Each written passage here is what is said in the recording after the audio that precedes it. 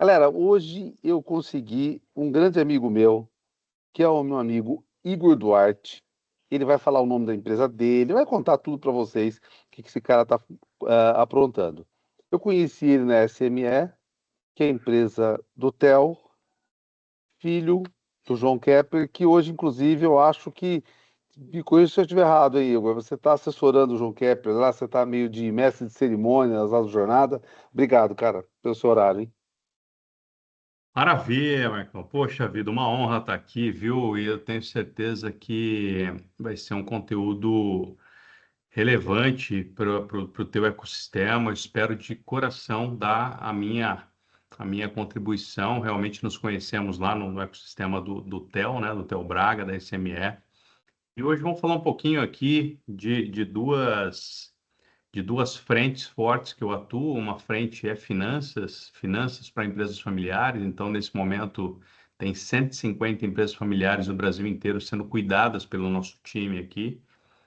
Empresas que tomaram uma decisão de olhar para as finanças de forma estratégica, tá?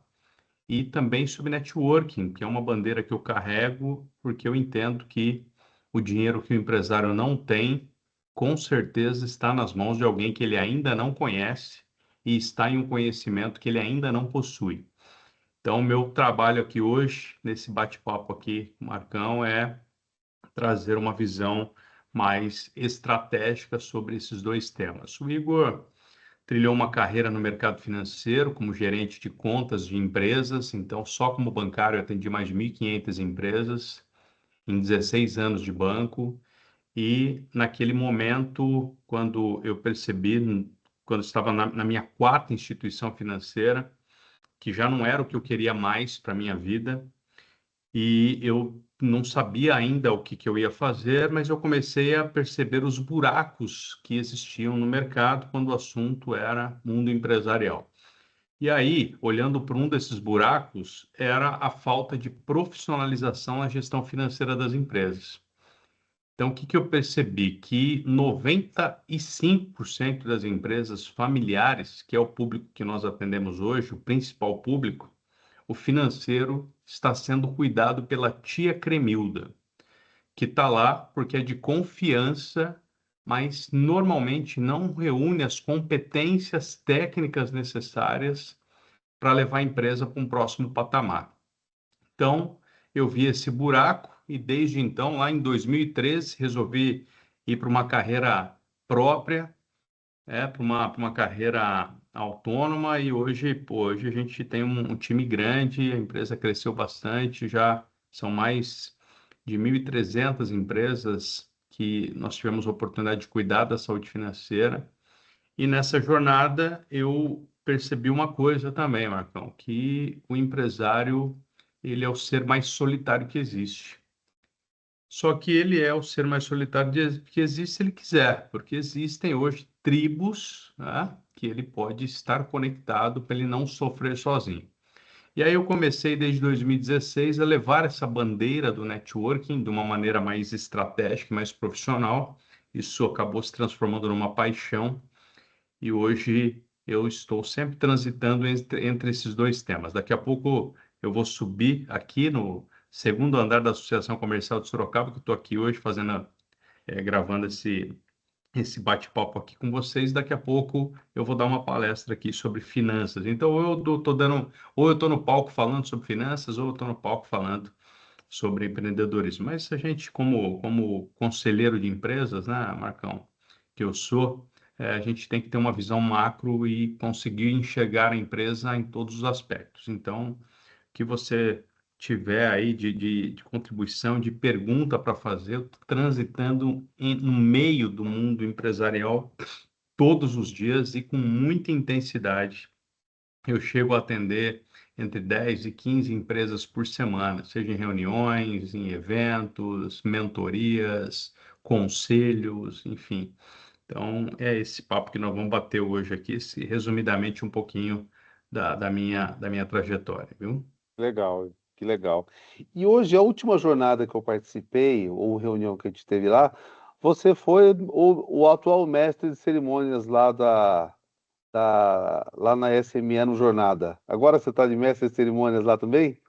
Rapaz, a gente faz um pouquinho de tudo, né, Marcão? Na verdade, eu quebrei um galho para a SME no período de ausência do Bob, né?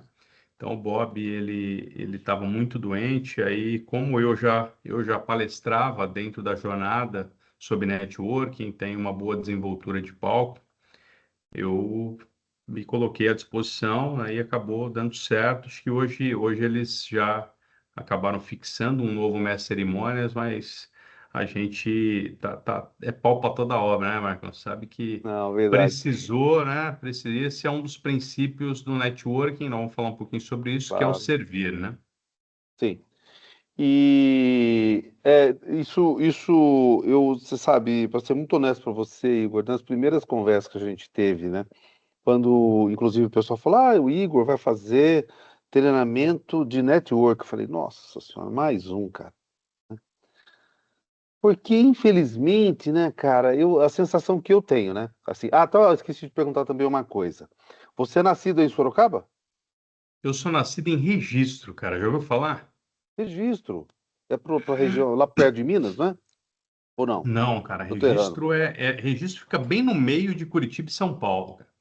Ah, Então, tá, para mas você ir para Curitiba, você passa por Registro. Então, eu fiquei lá até os meus 19 anos de idade, 20 anos de idade, e depois eu vi que não ia ter muita coisa para mim por lá, e aí eu aí decidi você, de pegar a Registro, você veio para estrada. Sorocaba? Aí vim para Sorocaba, né? Olha, mas sua família continua lá ou não? Ficou lá por um tempo, depois eu acabei trazendo todo mundo para cá, Olha que depois, legal. depois saiu uma infelicidade aí da vida, acabei perdendo meus pais bem cedo, bem cedo, inclusive, né? E aí, mas a minha vida já estava estabelecida aqui, trouxe minhas irmãs, trouxe e depois trouxe mais amigos, enfim, rapaz, todo Que mundo, legal, cara. a galera já foi seguindo aí. Bom, cara. Eu lembrei da minha experiência lá no treinamento com você, Igor, porque é assim, né, cara? Eu lembro, por exemplo, você deve ter ouvido falar de BNI, a Anshan também faz um trabalho e eu não acho ruim, mas às vezes, da maneira que é colocado pra gente, cara, o trabalho de networking, e aí tem surgido muitas ofertas, né, de participar de grupos justamente com esse objetivo de networking. Deu um aspecto muito comercial, fala, olha, você me paga uma taxa, você faz parte desse grupo, eu te apresento gente, né? Então ficou meio estranho. Uhum. Mas quando a primeira vez eu fiquei com essa sensação, e ao contrário do que eu imaginava, foi muito legal, cara. Você deu dicas muito boas, inclusive reforçando essa coisa de servir.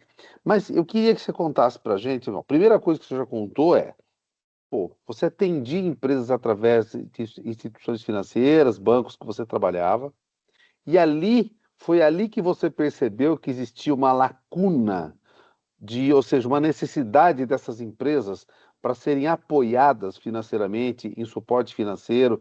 Foi ali que você percebeu? Eu percebi, cara, porque eu tinha às vezes oportunidades de crédito muito interessantes para as empresas e quando eu entrava em contato com essas empresas para pedir informações financeiras, poucas tinham uma informação consistente, né? E a maioria falava, liga para o meu contador. Daí eu ligava para o contador mandava para mim um faturamento de R$ 500 mil por mês. E a empresa faturava 1,5 milhão. Mas, cara, tem alguma coisa errada aqui. Você fatura 500 mil por mês? Não, não. Isso é só o fiscal. Cara, mas só com o fiscal eu não consigo nem sustentar o crédito que você já tem aqui. Tá? Então, cara, eu comecei a perceber que as empresas já estavam indo para a série B, para a série A do campeonato, mas o financeiro ainda era da série C, cara. Entendeu? Então, eu percebi essa lacuna realmente no mercado. Falei, pô, eu acho que tem uma oportunidade aqui. Tá? E aí eu saí para realmente transformar aquela confiança em competência. Então, hoje nós somos contratados para organizar a vida financeira da empresa e para pegar a tia Cremilda e dar uma formação técnica para ela no decorrer do trabalho, para a tia Cremilda saber interpretar uma DRE quando a gente não estiver mais lá, entendeu? Tá. E o que você notou, e se você pudesse enumerar para a gente, quais são os principais, digamos, erros, pecados que essa empresa familiar, tocada pela tia Cremilda, onde que eles mais erram? Onde é que você, de hora que você entra nessas empresas para assessorar, que tipos são os tipos mais comuns de erro que você encontra? Putz, eu encontro muitos erros, Marcão, mas vamos lá. Se eu fosse selecionar alguns, confusão entre despesa da pessoa física com a jurídica, né? Por incrível que pareça, isso a cada 10 empresas que eu converso, Ele 9 ainda. mistura o dinheiro É dele com a da isso aí. empresa. É. Confunde faturamento com lucro, né? Então, essa confusão entre o que é o salário do empresário, e muitas vezes o que que acontece? A empresa, ela começa, às vezes ela não consegue pagar um salário ainda para o empresário. Aí ele vai começando a tirar aquele pouquinho que ele consegue tirar. E aí ele, conforme a empresa vai crescendo, ele vai aumentando aquela retirada, porque vai aumentando o padrão de vida dele, ele vai aumentando aquela retirada. Só que ele não separa o joio do trigo. Então, vamos lá, a empresa estava faturando 100 mil reais e ele tirava 5 mil reais da empresa por mês. Agora ela fatura 500, ele passou para 30 mil, só que não é 30 mil o salário dele. Porque se ele fosse colocar alguém no lugar para fazer a mesma coisa que ele faz, ele não pagaria 30 mil. Então, o desafio é eu manter os meus 15, por exemplo, de salário e a diferença eu ter uma retirada antecipada de lucro. Só que o que acontece? Quando o empresário não, quando ele mistura tudo isso, e o pior, quando ele continua pagando as contas pessoais com a conta da empresa, então eu já vi caso do empresário entregar o boleto da escola dos filhos para a empresa pagar, a viagem de praia do final de semana no cartão corporativo da empresa, tá? E aí ele entra num círculo vicioso que ele dificilmente sai se ele não tiver uma orientação. Então é muito comum eu encontrar empresários que eu pergunto para ele, quanto que você tira da empresa por mês? Ele responde, nada. Eu falei, cara, mas como que você vive? Não, eu pego, né, o mínimo possível. E aí, quando a gente vai fazer uma apuração, no final do mês deu 50 mil, era o mínimo possível que ele pegava, entendeu? Então, vamos pensar que esse é um dos principais desafios, a confusão das despesas pessoais com as despesas da empresa. Segundo desafio, precificação conforme o mercado ou conforme o olho do dono. Então, ou de um jeito que ensinaram para ele de alguém que, de alguma forma, tinha um negócio que deu certo a precificação daquele jeito. Vou pegar um exemplo. Teve uma vez, fechei um cliente na marmoraria, e aí eu perguntei para ele, como que você forma teu preço? Eu pego o meu custo e multiplico por 3,3. Eu falei, tá, da onde você tirou isso? Ah, quando a gente começou, a gente tinha um amigo que tinha uma marmoraria, ele falou que era assim que formava o preço. Eu falei, pô, mas as condições dele são idênticas à de vocês? O prédio é próprio? Qual que é o salário dele mensal? Qual que é o tamanho da empresa dele, né? E aí não tem essas respostas, né? Porque ele pegou como uma máxima aquele 3,3. Sabe qual é o problema? Essa empresa está viva há 20 anos. Então, na cabeça do dono deu certo. Só que aí eu pergunto, tá dando certo? Ah, Igor, acho que tá, a gente está vivo há 20 anos. Tá, mas quantos orçamentos você faz por mês? Ah, pelo menos uns 10 orçamentos. E quanto você fecha? Dois, né? Então não está dando certo, né? Não é porque está dando certo que está certo. As pessoas não entendem isso, né? Então tudo bem, se aqueles dois orçamentos fechados no mês paga as contas da casa e mantém a empresa viva, mas tem 8 indo embora. E quando a gente parou para fazer uma análise, eles estavam indo embora porque o preço estava sendo formado errado.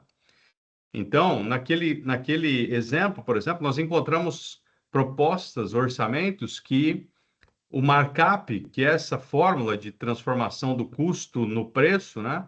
Ele não precisava ter sido 3,3.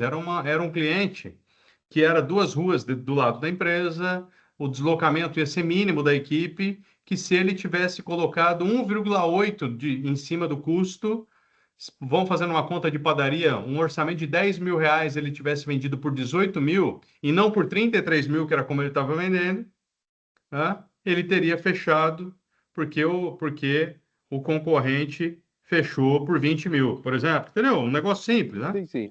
E teria uma margem adequada. Com certeza.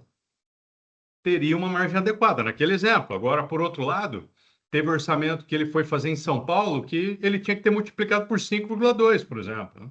Tá. Porque ele tinha deslocamento, pernoite de equipe, né?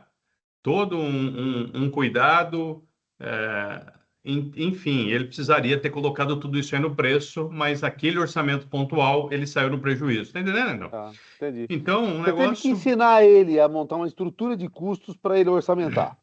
Exatamente, exatamente. Então, esse é mais um problema.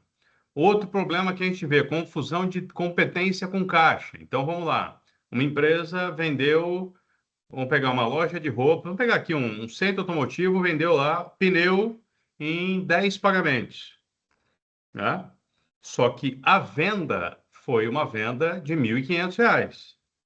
Então, na composição do resultado mensal da empresa, ele tem que considerar os R$ 1.500 para saber se a empresa dá lucro ou não.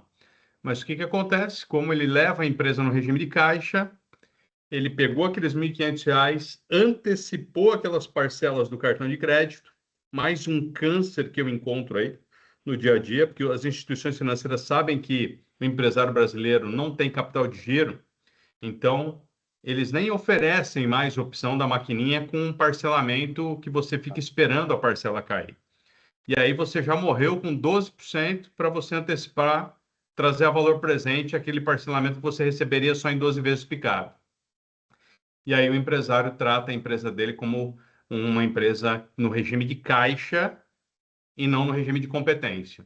Então, o ideal, obviamente, seria que ele tratasse para a margem, para a apuração da margem de lucro, a empresa no regime de competência, que é as vendas, tira os custos, despesas fixas, variáveis, impostos, mas não, ele acaba tratando a empresa como o resultado da empresa como se fosse um fluxo de caixa. Então, o indicador, se ele tem dinheiro ou não, é quanto tem dinheiro no banco.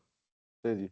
E ele vendeu esses R$ 1.500 em 12 vezes, recebeu 1.200, sei lá quanto, só que ele não percebeu isso. Não, não percebeu.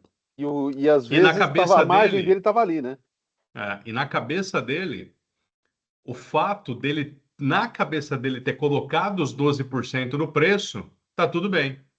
Só que ele não percebe que tem outra empresa que não precisou colocar os 12% no preço e estão muito mais competitiva que ele.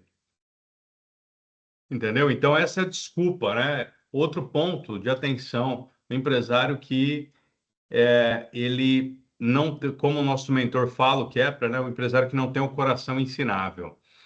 Eu chego para o empresário e falo assim, cara, mas você percebeu que você está jogando 12% no ralo? Daí ele falou, não, não, não estou não. Eu embuto isso aí no preço. Ele fala com a boca cheia, de orgulho ainda, sabe? Como se ele tivesse fazendo, né? Como se ele tivesse tomando a melhor decisão possível, repassando aquele custo de um capital de giro que ele não tem para o cliente dele. Aí ele vai perder competitividade, né? Principalmente quando a gente está falando de commodity, como é o caso de pneu, a pessoa não vai por qualidade, ela vai por preço, né? Sim, sim, é verdade.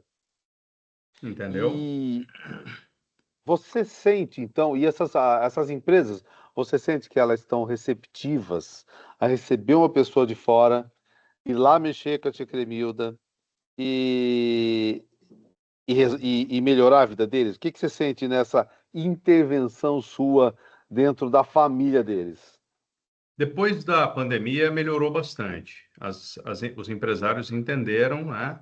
Para você ter uma ideia, foi levantado um dado, né, importantíssimo, que o fluxo de caixa das empresas brasileiras da pandemia era de 30 dias. Ou seja, a pandemia durou 2 anos, o cara só tinha caixa para 30 dias, né? Então, depois disso, as empresas começaram a olhar um pouquinho mais para a gestão financeira. Mas o que que acontece na maioria dos casos e por que que tem que ter uma pessoa de confiança? Porque o dono da empresa normalmente não entende de finanças, tá? Não é a praia dele. Você conhece alguém que se transformou num baita empresário porque era um baita gestor financeiro? Não. O cara É se difícil. transformou num empresário porque ele era um baita vendedor ou porque ele tinha um produto muito bom. Não é porque ele era um baita gestor financeiro. E aí o que acontece? Para eu não ser roubado, né? Porque na cabeça do empresário é isso, vou colocar uma pessoa de confiança, porque aí pelo menos eu não sou roubado.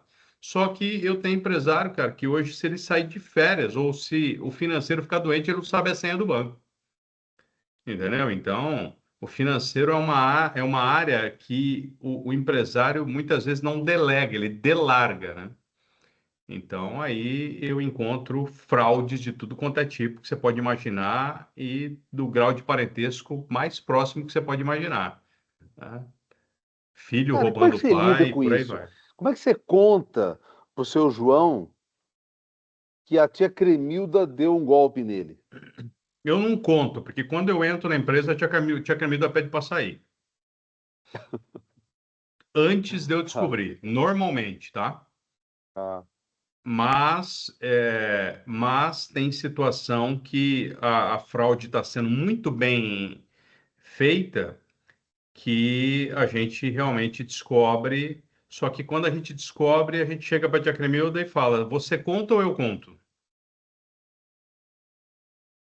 Entendeu? E muitas vezes a tia Cremilda mesmo conta e já pede a conta junto, entendeu? Tá.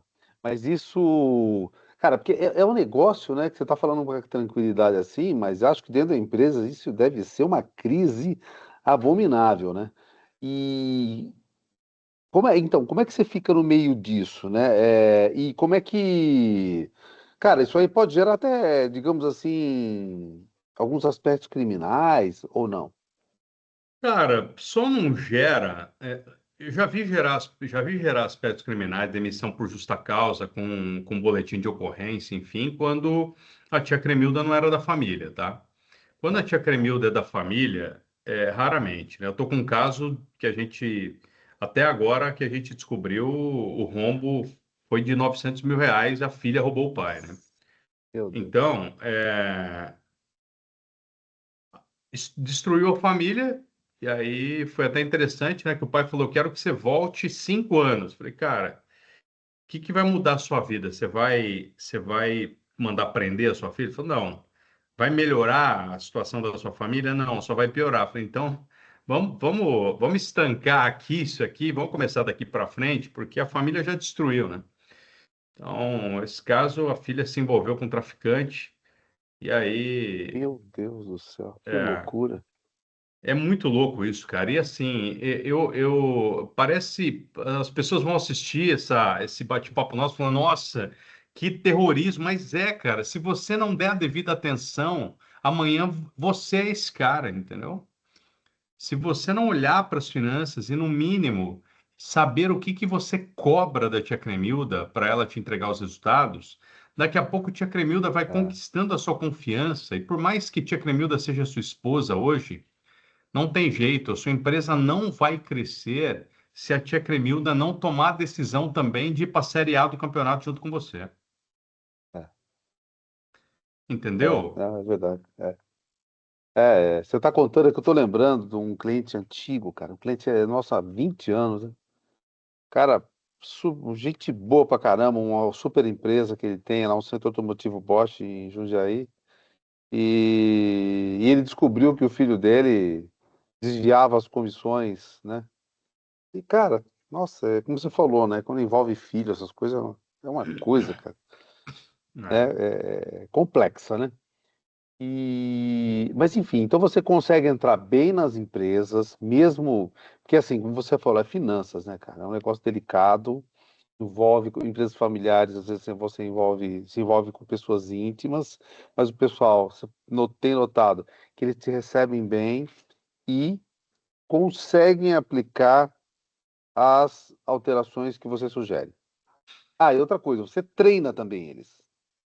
Eu preparo a tia Cremilda para ser um jogador de primeira divisão, né? Então, dentro do processo de organização financeira, organização dos processos financeiros, implantação de um processo financeiro profissional, a gente forma também ali o nosso ponto de apoio, né? Que pode ser, que é a pessoa de confiança, normalmente, do dono, a gente transforma isso em competência, mas traz o dono para começar a olhar também para esse setor.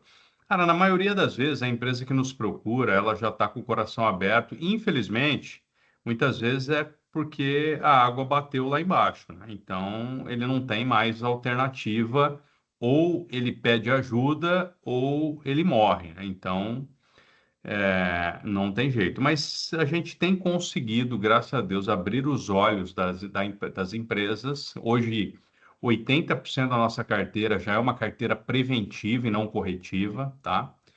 Então, eu já consigo hoje ter um cenário de empresas que querem se estruturar para crescer corretamente, muito mais do que no passado, quando eu pegava muito mais empresa querendo apagar incêndio, porque foi tentar pagar um boleto e o banco cortou o limite e ele não sabe por quê, e aí que ele descobriu que ele estava com problemas financeiros, né? Tá. Então, hoje a gente tem conseguido trazer essa consciência. Eu dou muito palestra, né? Hoje, daqui a pouco, né, eu vou dar uma palestra de finanças aqui para restaurantes.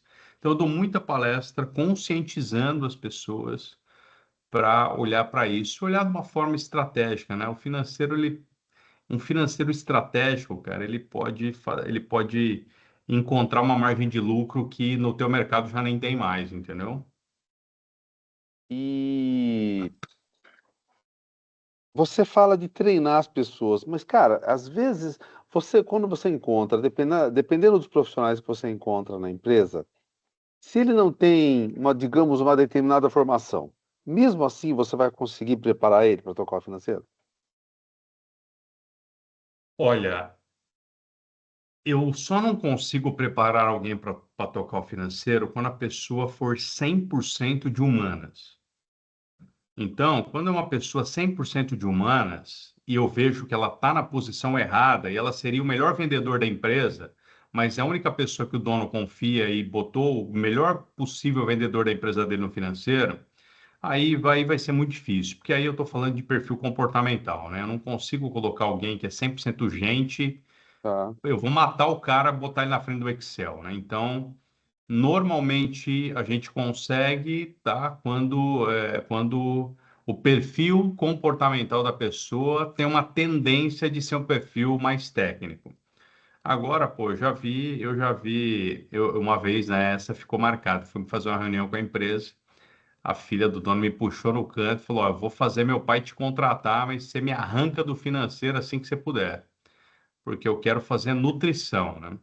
Então, só que ela não tinha coragem de falar para o pai, e todo Tá. dia isso acontece, tá? Todo dia isso acontece. Eu vejo pessoas no financeiro que seriam ótimos gestores de pessoas, seriam ótimos vendedores, mas como é a única pessoa de confiança do dono, ele está lá no financeiro. Então, quando é uma situação assim, cara, o perfil é muito desconexo da função de financeiro, aí eu vou destruir a vida de alguém se eu forçar, entendeu? Normalmente, Igor, quanto tempo a sua empresa leva para, vou chamar de reorganizar e preparar essas empresas para voltar para os eixos? Depende, tá? Se é uma empresa que até hoje estava no papel de pão, eu vou falar de 6 meses. Aí, pelo menos, para a gente começar a colocar farol nesse carro que estava andando à noite, no escuro, farol quebrado, pneu murcho na estrada de terra, chovendo, o limpador de para-brisa não estava funcionando. Jesus. Então, eu estou falando de 6 meses, tá? Mas quando eu pego uma empresa que a tia Cremilda já leva com uma certa organização, só que é uma organização do jeito dela, quem entende os lançamentos são só ela. Quando a gente traz aquele carro manual que a tia Cremilda está conduzindo para um carro automático, pô, às vezes, cara, em 2, 3 meses a gente já tem um cenário bem diferente. Mas eu vou dizer que com um ano a empresa vai falar por que que eu não pensei em pedir essa ajuda antes, entendeu? Tá, tá. Isso no papel, no Excel ou no sistema? Esses três cenários mudam bastante? Depende, tá? Quando eu tenho, eu hoje incentivo todas as empresas a ir buscar um software e a gente ajuda, inclusive, a empresa a encontrar um software que seja do ramo dela, tá? Do segmento dela. E aí, o que a gente faz é só olhar para o financeiro, que normalmente o software do centro automotivo, ele foi feito para o centro automotivo, não foi feito por um financista. Então, o que a gente faz normalmente é ajudar a empresa numa eventual padronização, numa eventual personalização, trazer ali a informação financeira com a qualidade que a gente precisa. Então, via de regra, nós orientamos o cliente a buscar um software. Quando o cliente não sabe nem dirigir ainda, cara, aí a gente tem um arsenal próprio de ferramentas nossas, todas em Excel, mas o Excel no nível software já, sabe? Tudo com botão, tudo com, com, com ferramentas de programação, enfim, né? E aí a gente brinca que é o nosso Fusquinha Turbo, né? Então eu ponho um Fusquinha Turbo para o cara bater ele no poste para ele treinar bastante. Depois a gente já passa para um Corolla. Depois, quando ele está preparado, passa para uma Ferrari, porque aí ele vai ter tecnologia para acompanhar o desenvolvimento e o crescimento da empresa. Bom, você estava comentando comigo, né, que em um ano, na pior das hipóteses, você consegue colocar as empresas com uma visão financeira adequada. É, cara, hoje, pelo todo o seu tempo de experiência, tanto na sua empresa, quanto no tempo de que você foi trabalhando em bancos, cara, dessas empresas com perfil familiar, quantos por cento você acha que tem esse tipo de problema, cara? 90, Caramba, cara, mas isso é muito grave. 90, 90%, cara. 90%. E falo com tranquilidade porque outro dia eu estava dando uma palestra para pasteleiros, sabe? Tá? Que é um ramo de atividade extremamente familiar, né? E tinha 800 pessoas na plateia, tá? 800 pessoas na Nossa, plateia. Vamos pensar que, considerando as famílias que estavam ali, vamos pensar que, no mínimo, tinha 3 pessoas por empresa, eu estou falando de 300 pessoas em por média, exemplo. 300 empresários. Uma hora que eu falei assim, levanta a mão quem tem uma DRE, que eu, só, né, para traduzir para a galera que não sabe o que é uma DRE, que deveria saber aqui, né? Demonstrativo de resultado do exercício é o exame de sangue mensal da tua empresa, tá?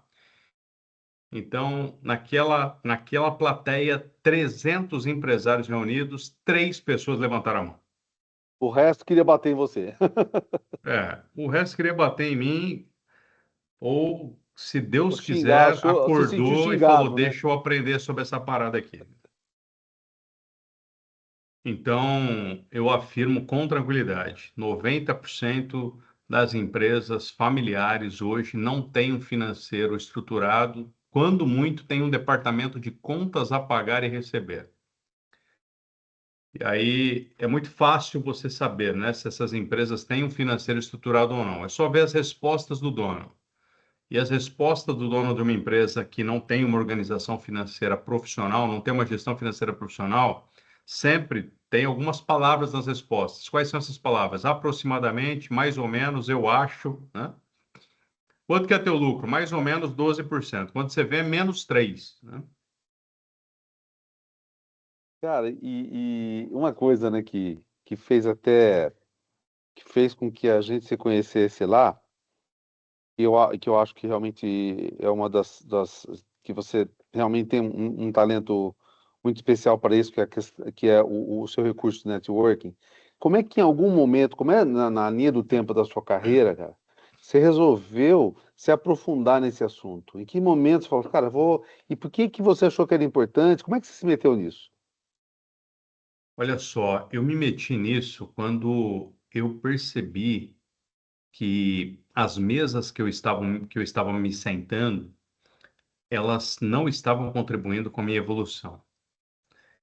E aí eu falei, pô, eu preciso mudar de ambiente, né? Então, oficialmente, eu comecei a fazer isso em 2016, mas se eu for lembrar de 2001, quando eu saí da minha cidade e fui buscar uma cidade maior, eu já tinha inconscientemente esse sentimento, né? Mas profissionalmente, estrategicamente, intencionalmente, eu aprendi sobre networking em 2016. E ele foi se conectando demais na minha vida, por quê? Porque essas empresas que eu comecei a cuidar, né, para cuidar da saúde financeira, eu percebi um ponto muito importante. Os empresários, a grande maioria, estava enfiada no operacional. E aí a empresa não crescia. E por que que a empresa não crescia? Porque aquele empresário também não se relacionava e vivia no mundinho dele. Então, eu comecei a perceber que as empresas que vinham me procurar, elas tinham dois desafios. Primeiro, a tia Cremilda não entendia de finanças. E segundo, o dono só percebeu que o financeiro deu uma balançada quando as vendas caíram. E quando eu perguntava para o dono dessas empresas qual era o canal de venda, a maioria respondia indicação. Ele não tinha nenhum canal de venda além do boca a boca, tá? Quando muito, há bastante tempo atrás, quando muito era uma propaganda de rádio, era uma panfletagem, quando o mundo digital ainda nem era a força, nem tinha a força que tem hoje. Então eu fui conectando essas coisas na minha vida, entendendo que aquele empresário estava com dificuldades porque as vendas caíram. E quando eu perguntava para esse empresário que você tem frequentado de eventos onde tem possíveis clientes? A resposta era sempre a mesma: cara, eu não tenho tempo para ir em eventos porque eu estou afundado na operação aqui. E aí eu comecei a trazer luz para esse tema, né? Hoje eu tenho a minha própria escola de networking, já está passando de 120 alunos que decidiram aprender a fazer networking. E a gente pode pensar, inclusive, trazer alguma coisa para o teu ecossistema nesse sentido, né? Sim.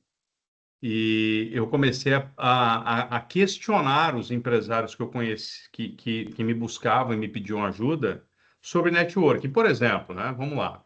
Vamos pegar centros automotivos que hoje fazem parte do seu ecossistema. Eu arrisco dizer que nenhum dono de centro automotivo, nesse momento que está nos assistindo aqui, tem na agenda uma programação mensal para visitar corretores de seguro de automóvel, né? Por que que ele deveria estar visitando um corretor, tomando um café com um corretor de seguro de automóvel? Porque se eu tenho um centro automotivo hoje, o corretor de seguro de automóvel vai ter, para cada seguro que ele fecha, um voucher meu de R$ 200 para aquele cliente vir experimentar o meu serviço numa troca de óleo, num alinhamento, no balanceamento, porque é uma forma de eu ter clientes num custo de aquisição, num CAC muito baixo, né? E um cliente que veio com uma baita recomendação de alguém que ele já confia. Por exemplo, tá entendendo? Claro, claro. Não, isso é uma Então, dica ótima. O pessoal vai usar essa dica.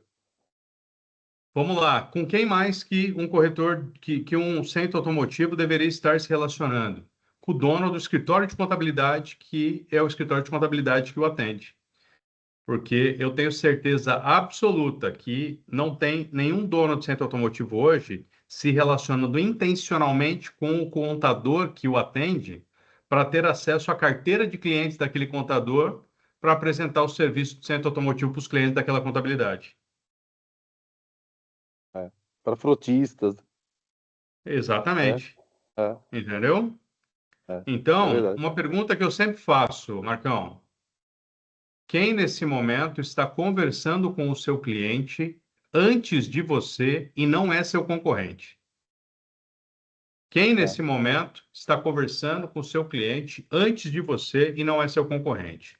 Eu vou dar um exemplo. Um marceneiro hoje que não tem uma rede de arquitetos recomendando o trabalho dele está morto. Porque o arquiteto, ele muitas vezes ele não vai nem te recomendar, ele vai te vender já. E não tem É. nenhum problema se você tiver que morrer com 10% nessa transação, que é o que você pagaria para um comercial de É. comissão, né? Eu, você não vai me dar o prazer de usar o exemplo da formiga, do tamanduá? É tamanduá que você usa, né? É, a formiga e o formigueiro, né? Então, eu estou É, falando, por exemplo, enquanto o centro automotivo fica dependendo da formiga, que é alguém que tem um carro, ele pode buscar formigueiros são pessoas que têm acesso a quem tem vários carros, né? Tem acesso a pessoas que têm carro, né? Então, eu vou dar um exemplo, né? Eu não tenho um centro automotivo que já entrou em contato comigo pedindo 10 minutos da minha reunião mensal com os meus consultores para falar sobre manutenção preventiva de veículos e disponibilizar um voucher para o meu time. E eu tenho lá 25 pessoas que têm carro, que no momento que estão fazendo a reunião, estão participando da reunião o dia inteiro, que é o dia da nossa reunião mensal, eles podiam estar fazendo a revisão do carro. Entendeu? Então, boa, o quanto boa. existe hoje de dono de centro automotivo que está lá nesse momento trocando um pneu, que está lá fazendo um alinhamento de balanceamento, que poderia, nesse momento, está fazendo uma reunião com o presidente da OAB para fazer um convênio para os advogados. Por exemplo. Boa, boa também. Tem uma curiosidade, Igor. Você acha que na sua vida, na vida do Igor, o que que você acha que fez mais diferença para você? A sua formação e experiência profissional técnica ou o network? 100% networking. A formação Ah, técnica, ela me deu um embasamento técnico para o que eu faço hoje para conseguir coordenar um time de consultores financeiros. Eu precisava ter uma formação de controladoria de finanças para conseguir falar a mesma língua do meu time aqui, mas o networking te leva onde o currículo não chega. tá, tá. Cara, se você fosse falar, não sei se você vai, enfim, se você lembrasse hoje ou lembrar hoje, uma situação de network que foi uma grande inflexão na sua vida. Devido aquele relacionamento, você acha que teve um turnover assim significativo na sua vida? Poxa vida, eu acho que posso citar a própria SME de exemplo, né? Quando apareceu lá o pitch para nós participarmos da mentoria da SME, que na época, salvo engano, era coisa de 120 mil, alguma coisa assim, né? Para fazer parte do que nem tinha o board JK ainda, né? Quando eu entrei, era o produto mais top que tinha, era o produto do SME Club, que chamava-se Master Business antes, né?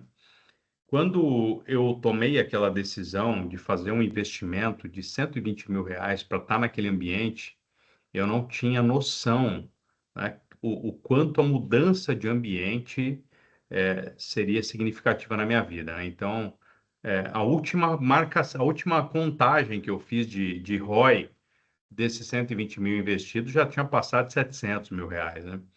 Então, acho que foi um ponto de inflexão, porque naquele momento eu já tinha entendido que para mudar de mesa, ou você pagava ou você servia, né?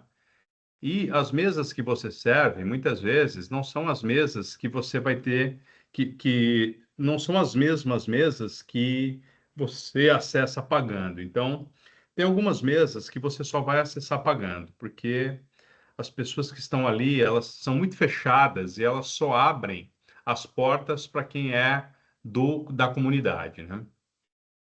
Então, quando eu fiz aquele investimento, eu não sabia, foi com muito medo, eu confesso para você, porque eu estava construindo na época, eu não tinha disponível isso em caixa para realizar esse investimento, mas eu olhei a frequência daquele ambiente e, cara, falei, pô, eu preciso estar aqui, porque aqui tem a Série A do campeonato que eu não estou conectado hoje, né? Então, cara, foi um ponto de inflexão, porque hoje, para você ter uma ideia, eu pago, às vezes, para comprar alguns minutos de palco em eventos que tenham meus formigueiros.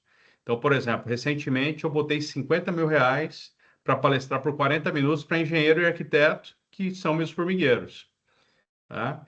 E aí, é um evento para engenheiros e arquitetos. Os caras estavam aprendendo sobre piso laminado, piso vinílico, steel frame, e entra um louco no meio do caminho para dar uma palestra de finanças. Mas eu saí de lá com 134 leads, né? Nossa. Então, aquele foi um ponto de inflexão, e naquele momento, Marcão, eu entendi o poder do ambiente. Então, eu sempre falo hoje para as pessoas, o resultado que você ainda não tem está no ambiente que você ainda não acessa, né? Tá. E, por exemplo, você acha que uma dúvida que é inclusive a minha que eu conversei com você semana retrasada. Eu gosto muito desse assunto, mas eu, por exemplo, os meus heads, né, a minha liderança, eu sinto que ela tem uma certa dificuldade e eu diria quase que aversão, cara, né, a se expor para fazer network. Você acha que é tão importante quanto o dono e os líderes estarem abertos e envolvidos com o network? Total, total, total. Eu fui muito tempo de BNI, né? Você comentou, acho que de BNI aí também. Eu fui muito tempo de BNI, né? E tinha muita gente boa dentro do BNI que só não evoluía mais porque o dono não entendia de network e a pessoa tinha que fazer reuniões, tinha que visitar as pessoas, tal, e o dono falava, achava que estava tomando, estava como fugiu a palavra aqui, que estava Perdeu tempo? perdendo tempo na rua, que estava, sabe? E aí, pô, se você, que é um vendedor hoje, precisa estar conectado, se você hoje que está dentro do centro automotivo, precisa fazer uma visita para uma OAB que eu te falei, né, que eu dei como exemplo aqui, e o dono da empresa não comprar essa ideia, pô, você está morto, entendeu? Então, sim, o dono tem que entender o poder dos relacionamentos, o poder dos ambientes, senão não vai nem te incentivar, né? Entendeu? E levar os líderes junto, Exatamente. tá? E quando você fala de troca de ambiente, né? Como você acha, cara, que o empresário, para você, né? Você conseguiu enxergar que você deveria entrar naquele ambiente que ia te levar até usando a expressão que você usou para a Série A. Cara, você acha que todo mundo consegue enxergar isso, o Igor? Assim, cara, eu tô no ambiente correto, eu não tô. Como é que ele consegue julgar isso? Como é que é isso para você? Pô, isso demanda um nível de consciência diferente, Marcão. Vou ser bem sincero para você. A pessoa precisa entender que ela não consegue ir para a Série A do campeonato se tiver cheio de jogador da Série C por perto. Então, isso vale para tudo. Isso vale até para aquele grupo de WhatsApp que você tá, que não tem sentido nenhum e tem um monte de desocupado lá mandando mensagem de 3 horas da tarde de bom dia, boa tarde. Entendeu? Então, exige um nível de consciência, exige uma maturidade para você desapegar de ambientes que não façam mais sentido, sem medo de rejeição. Porque o principal medo do ser humano é rejeição, né? Então, quando você fica em ambientes que, além de não te evoluir, eles te drenam, você muitas vezes faz isso por medo da rejeição. O que que as pessoas vão pensar de mim se eu sair desse grupo aqui? O que que as pessoas vão pensar de mim se eu não aceitar mais esses convites? Mas, cara, você está num ambiente onde o assunto das mesas são pessoas, né? E se você sai da mesa, o assunto é você, entendeu? Tá? Então, isso exige um nível de consciência diferente, isso exige um desapego, um desprendimento que, cara, não é qualquer um de verdade que consegue, não, tá?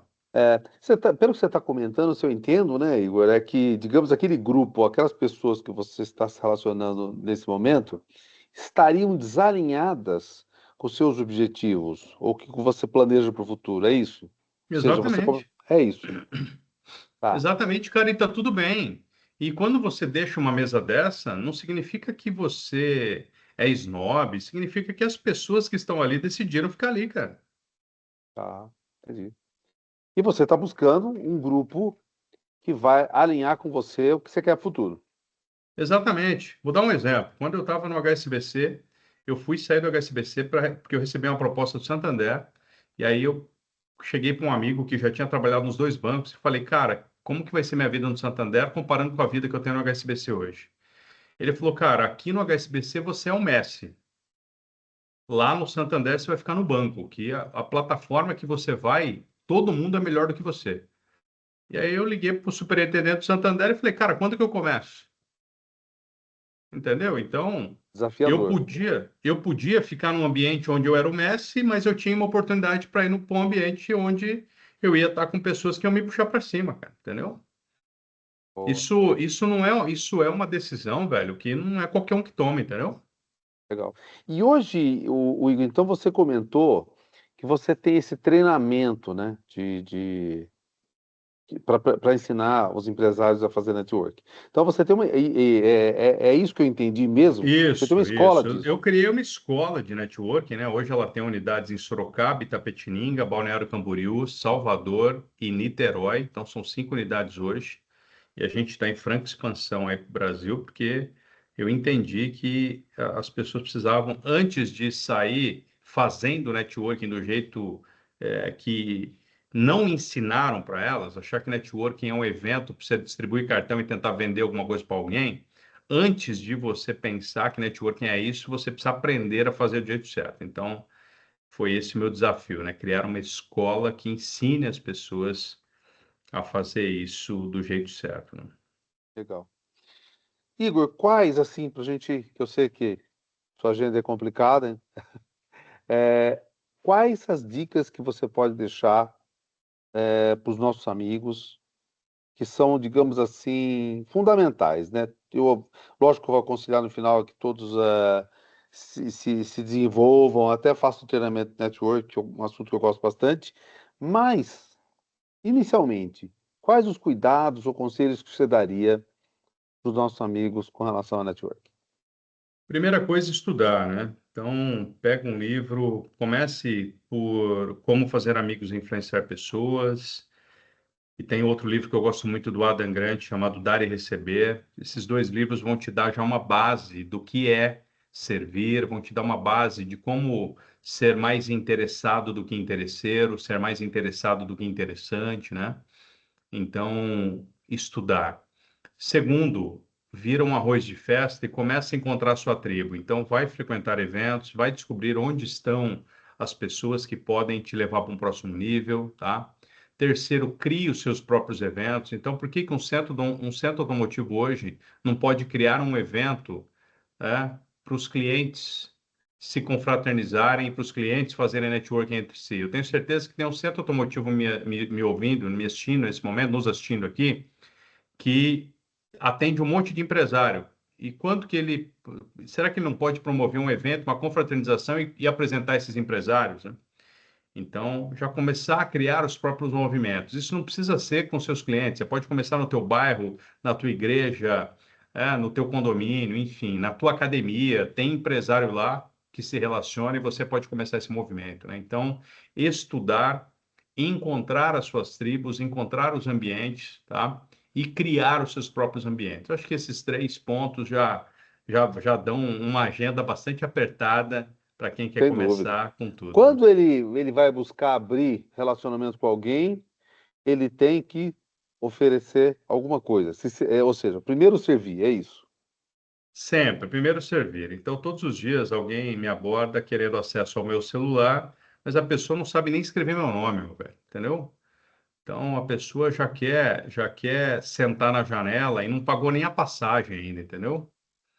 Então, a pessoa, primeiro, Marcão, tem que entender quem é o Marco, o que que ele gosta, o que que ele está precisando, como que eu posso tornar a sua vida mais útil. Antes de tentar fazer um saque, eu preciso pensar no quanto eu já depositei, entendeu?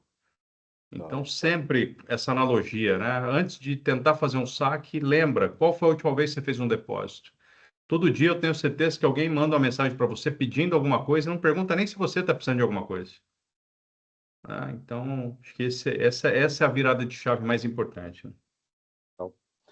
E como as pessoas encontram o Igor na internet? Como as pessoas podem contratar a empresa do Igor?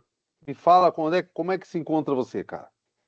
Olha, o canal mais fácil de me encontrar, onde eu tô todos os dias, é no Instagram. Então, @Igor, com H e com Y, Igor Duarte Oficial, tá?